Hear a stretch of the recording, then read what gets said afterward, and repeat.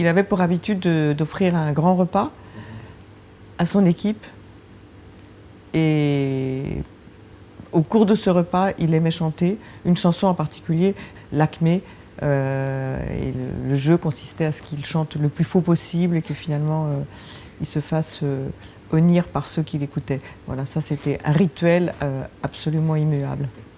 De Claude, c'est les repas.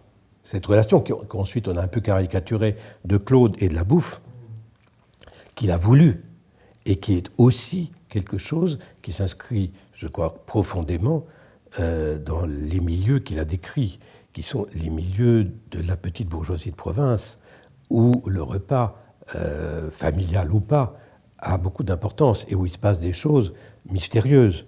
Mais je crois qu'en regardant tous ces films, indépendamment de la thématique du repas, il y a une autre thématique qui est celle de la culpabilité et celle de l'aveu. C'est l'aveu qui déclenche une partie, parfois de la rédemption, ce qu'on pourrait appeler la rédemption, c'est-à-dire ou de la vérité, ou de la possibilité de laver le criminel de ses crimes et d'en faire un innocent. Supprimer les tensions. Et ça, c'était aussi l'art de Claude. Dans tous les domaines, il savait faire ça. Il avait un rythme de tournage très agréable pour l'équipe. Et en même temps, il ne faisait pas d'heures supplémentaires, il ne dépassait pas les budgets, vous voyez. C'était une façon de respecter d'abord le contrat avec le producteur.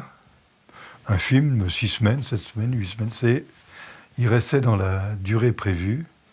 Et puis, il essayait d'installer un climat de plaisir à tourner, de très bonnes relations et avec l'équipe et avec les comédiens, et avec aussi les gens souvent du village ou de la petite ville dans laquelle on tournait. Et il organisait un peu sa mise en scène en fonction du temps qui passait. Ce qui me frappait le plus chez lui, que j'admirais le plus, c'était son humeur. Il avait l'air débonnaire, désinvolte. Il y avait chez lui une envie qu'on vive en même temps qu'on tourne. Il se préoccupait énormément des membres de son équipe et des acteurs. Il fallait que tout le monde soit heureux. C'était comme ça qu'on allait gagner, faire du cinéma. Il y avait, ça devait être sous Giscard, il y avait la femme de Giscard qui était là dans la salle. Et il m'avait dit, regarde, j'ai pas de cravate, j'ai mis la ceinture de mon pyjama. Donc il y avait toujours ce côté un peu... prenait absolument rien au sérieux.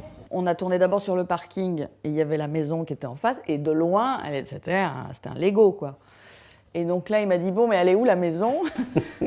Et je lui ai dit, ben, c'est ça la maison. Et là, il a fait comme ça, il a fait, hop.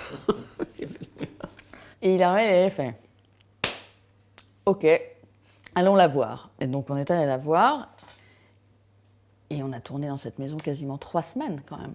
C'était hilarant parce qu'on faisait des chachas, il prenait son viseur comme toujours, puis il faisait comme ça. On était 40. Voilà, et on était 20 derrière lui à monter sur des chaises. Ah non, c'était hilarant. C'est là qu'on a vu qu'on était une équipe soudée.